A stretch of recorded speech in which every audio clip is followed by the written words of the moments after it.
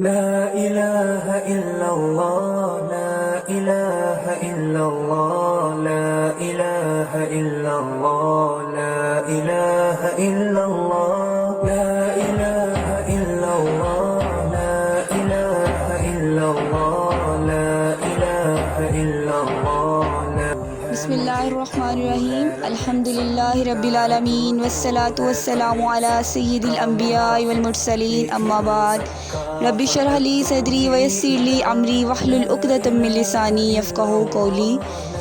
آج کی کہانی کا عنوان ہے قاضی کی ذہانت نے چور گرفتار کروا دیا، یعنی کہ چور کو قاضی نے اپنی ذہانت سے پکڑ لیا۔ تو جناب کہانی آج کی بہت ہی مزے والی ہے اور کہانی کا آغاز کرتے ہیں۔ ایک تاجر تھا، اس کا مال چوری ہو گیا اور لوگوں نے اس کے ساتھ مل کر دو آدمیوں کو پکڑا۔ انہیں دونوں آدمی پر شک تھا کہ شاید انہوں نے چوری کی ہے اور وہ دونوں آدمیوں کو لے کر قاضی کی خدمت میں لے گئے۔ قاضی اس وقت اب بھی جج کو کہتے ہیں۔ تو انہوں نے قاضی کو بتایا کہ ہمیں ان دونوں آدمیوں پر شک ہے، البتہ ہمیں یقین نہیں ہے کہ دونوں میں سے اصل مجرم کون ہے۔ اب عدالت یہ فیصلہ کرے کہ دونوں میں سے مجرم کون ہے۔ قاضی نے لوگوں کو حکم دیا کہ آپ لوگ تھوڑا سا انتظار کریں، مجھے پیاس لگ رہی ہے، میں پہلے پانی پیوں گا، اس کے بعد فیصلہ کروں گا۔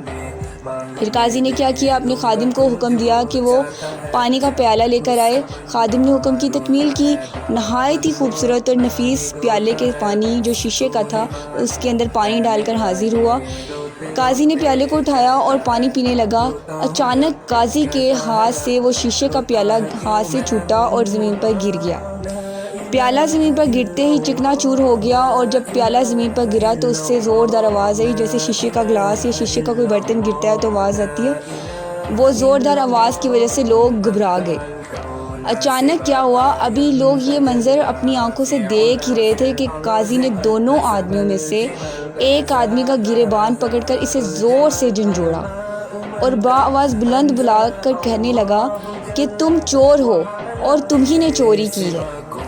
بہت زیادہ زور دینے پر، بار بار کہنے پر، جب قاضی نے بار بار اسے کہا کہ چوری تم ہی نے کی ہے، تم ہی چور ہو، تم ہی چور ہو، تو اس نے کیا کیا، اپنے جرم کا اعتراف کر لیا کہ واقعی میں نے چوری کی ہے۔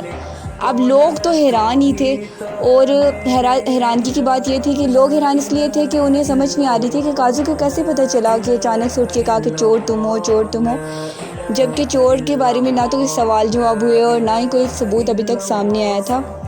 چور خود بھی حیران ہوا اور اس نے کیا کیا کہ قاضی سے پوچھا کہ آخر ایسا کیا ہوا ہے کہ آپ کو پتہ چل گیا کہ چوری میں نے کی ہے، جبکہ آپ کے پاس تو کوئی ثبوت تھا ہی نہیں۔ قاضی نے کہا کہ اصل میں مجھے پیاس نہیں لگی تھی، لیکن میں جانتا تھا کہ چوروں کے دل بہت مضبوط ہوتے ہیں۔ آپ کو پتہ ہے نا کہ غلط کام کرنے کے لیے دل کا سٹرونگ ہونا بہت ضروری ہے۔ کمزور دل والے لوگ جو ہوتے ہیں وہ اس طرح کے کاموں میں نہیں پڑتے۔ چور کے دل مضبوط ہوتے ہیں تبھی تو وہ چوری کرتے ہیں۔ وہ کہتے ہیں، قاضی صاحب کہتے ہیں کہ چوروں کے دل بہت مضبوط ہوتے ہیں۔ تو میں نے یہ جانچنے کے لیے میں نے پانی کا پیالہ منگوایا اور پانی پیتے ہوئے میں آپ دونوں کے چہروں کو غور سے دیکھ رہا تھا۔ جب میں نے پانی کا پیالے کو زمین پر گرایا تو اس کے گرنے کی آواز آئی اور اس آواز سے تمہارے ساتھی سمیت سارے لوگ پریشان ہو گئے اور گھبرا گئے، جبکہ تم نہیں گھبرائے اور تمہارے چہرے پر نہ تو کوئی خوف تھا نہ ہی کوئی پریشانی تھی۔ چور ڈاکو بڑے بڑے حادثات سے نہیں گھبراتے، تو یہ کیسے ہو سکتا تھا کہ ایک پیالہ ٹوٹنے سے وہ گھبرا جاتا، جبکہ ایک عام شہری ذرا سے واقعے سے حادثہ متاثر ہو سکتا ہے۔ چنانچہ تمہارا جو دوسرا ساتھی تھا وہ پیالہ گرنے سے بہت زیادہ بری طرح گھبرایا اور لرز اٹھا۔